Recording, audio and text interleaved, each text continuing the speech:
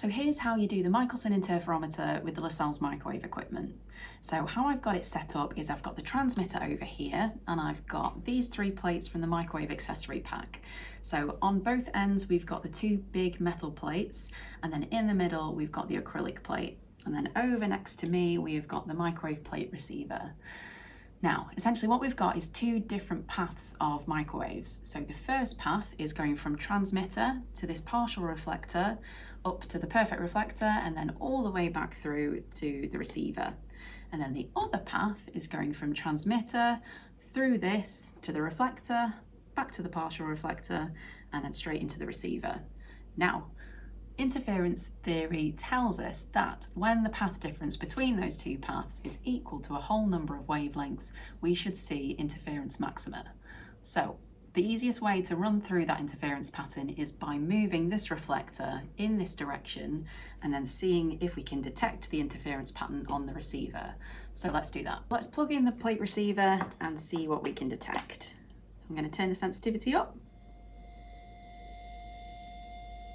And then I'm going to drag this guy away.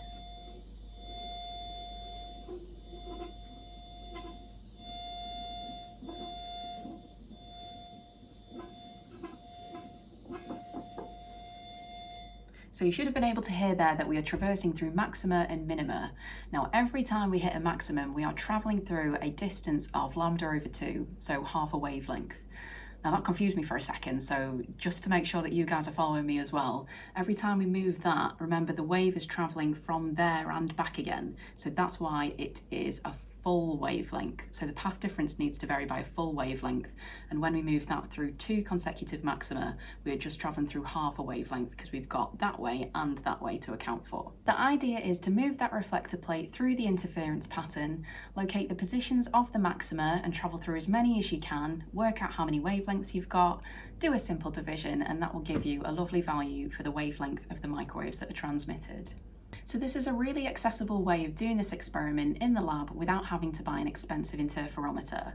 So interferometry is such an important technique in physics. It's steeped in hinterland from Michelson trying to detect the ether, and interferometry is the technique that we use to discover gravitational waves. This experiment gets me really excited, and I hope you have an equal amount of fun replicating it in your own lab.